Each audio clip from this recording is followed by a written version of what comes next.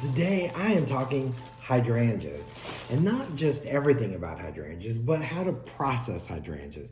Being in wholesale for so long, that was the number one question I got, probably over everything, because people either had great success with them or didn't. And a lot of times I hated to hear how people get frustrated over hydrangeas not hydrating and not being beautiful, because I love them so much. It's really one of my favorite flowers.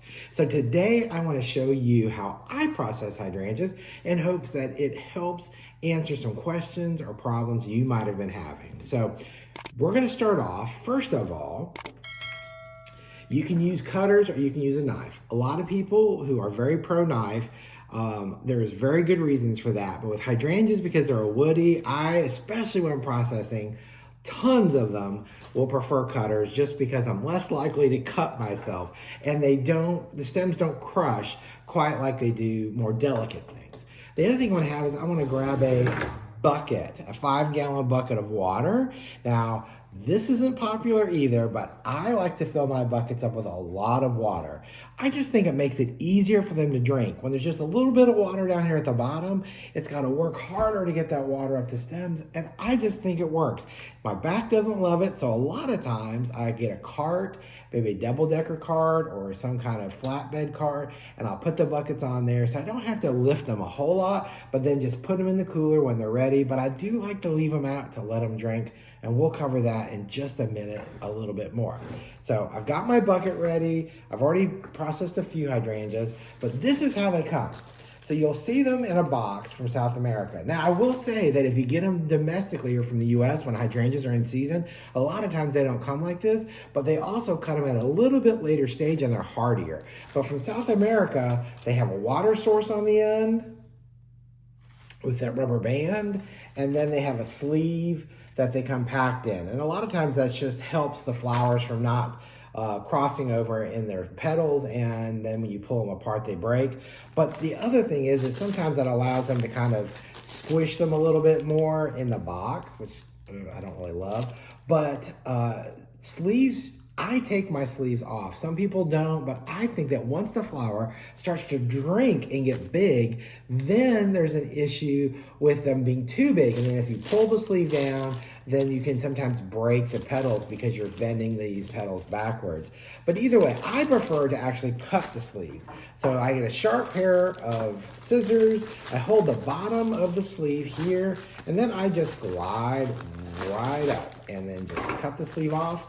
Not an issue. And when you're doing a lot, it's easy just to kind of get a little bit of a rhythm going so you can make quick work of it without a big problem. So then I have these leaves and I'm like, okay, some people like to keep leaves on because it's like free foliage. I want the energy to go into the flower because I want them to be as big and beautiful as possible. I typically take leaves off. And so almost always, not always, but almost always, there are a couple sets of leaves here at the bottom and then a couple more higher up.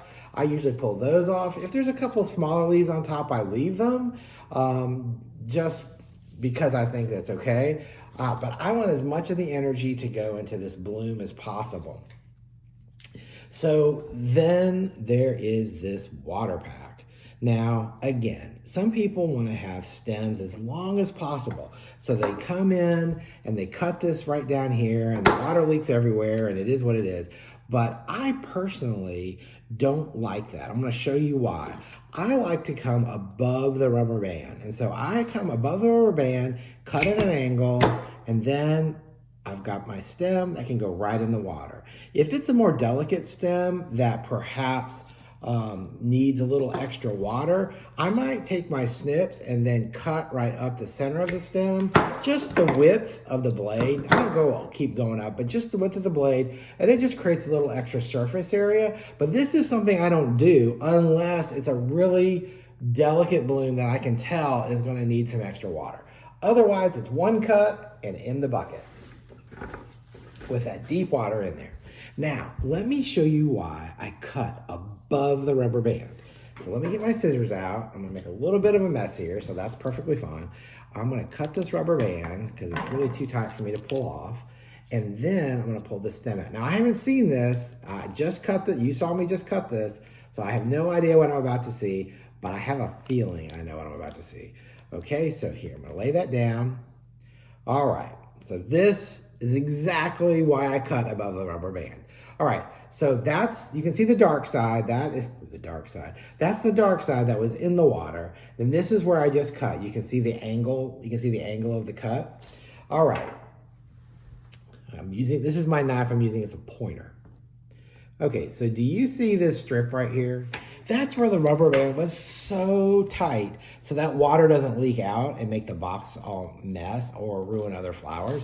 But that's where the rubber band is so tight on this stem that it keeps the water from leaking out of this bag. Well, I kind of feel like sometimes that may damage part of the physiology of the stem that allows it to drink water or have the fluids flow naturally. And so I just feel like, gosh, I want to give it all the chance I can. So I'm going to cut above that rubber band mark, and then I don't have to worry, is the stem damaged? Is it not damaged? That's just how I do it. And I have hardly any issues. Out of tens of thousands of blooms over 30 years, well, not 30 years, almost 30 years, I have lost maybe a handful of flowers. I mean, seriously, out of tens of thousands. And this works every time. Now, one other thing I want to show you, which is kind of interesting. So hydrangeas, hydra is the beginning part of hydrangeas. Hydra, water. They love water. Another reason why I like to put them in deep water in a bucket. But they will also drink through their blooms. So if you have a stem that's severely wilted, you might be able to salvage it. I would pull the leaves off just like we talked before and go ahead and give it a fresh cut and then submerge the whole stem. It'll drink from the end of the stem. It'll drink through the petals. And a lot of times they'll bounce back. Then when I get done, I just really shake the water off because I don't want any extra water up inside these petals because sometimes that can cause things to rot. But I will dry them off and then set them in the cooler. And a lot of times if the hydrangeas come in, and it depends on when the event is or what I'm using them for, but I'll let them sit out anywhere from 24 to 48 hours, unless the warehouse is really hot or the store is really hot for whatever reason, then I'll put them in the cooler right away. But leaving them out at room temperature, they will drink and grow and thrive. And then maybe when you're ready, you can put them in the cooler and let them harden off, and they'll be great for an event. So again, what I do is I pull these lower leaves off. Like I would probably leave those on there, but you can pull them off. It's not right or wrong. And then cut above this rubber band and put them in the bucket. And you want to watch too, because sometimes, like this, like that really only has 2 leaves. These leaves are fine. That's not a problem. Again, cutting above the rubber band. Even if it were kind of warm, I would at least leave them out for a couple hours just to drink, get everything flowing, and then slam them in the coolers. When it comes to hydrangea, one of the questions that people ask me about too is floral preservatives, which are great for keeping bacteria down and feeding flowers. They're great products, but sometimes hydrangeas come in and they don't look real happy, okay? And there are hydration solutions that sort of help open up those stems to drink water, and they're kind of nasty chemicals, but they do work. So if in an emergency or a pinch, that sometimes is a great solution. However, I've had some friends over the past few years that keep telling me about this, and it's called alum. So this is alum powder. You get it in the herb section, so it's natural. And I've taken a little cup and I just put like a pinch or 2 in there, and then I'm just spreading it around so it kind of covers the base. Of course, it's going to slide down, but I just want to kind of just basically cover the bottom. And what we're going to do is, yes, it happens to me. I open the box and look at this. This hydrangea is all wilted.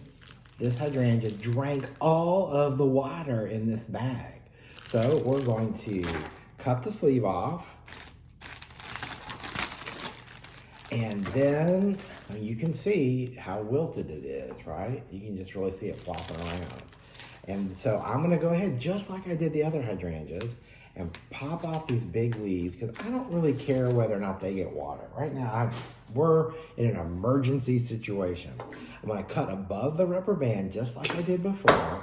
And then, because there's some moisture in there, this alum powder, I'm just gonna barely cover it. And so if you look at it really closely, you can see there's little granules of this powder on there. I'm gonna try to coat it as much as I can, and then I'm just gonna stick it in a pitcher of water, okay? Now this, I'd like it to be deeper, but I wanted just to see how this works. And we're going to just put this back here on my back shelf. I can't wait. I hope you appreciate this little tutorial. I hope you find it helpful. I hope you love hydrangeas as much as I do, and keep flowering.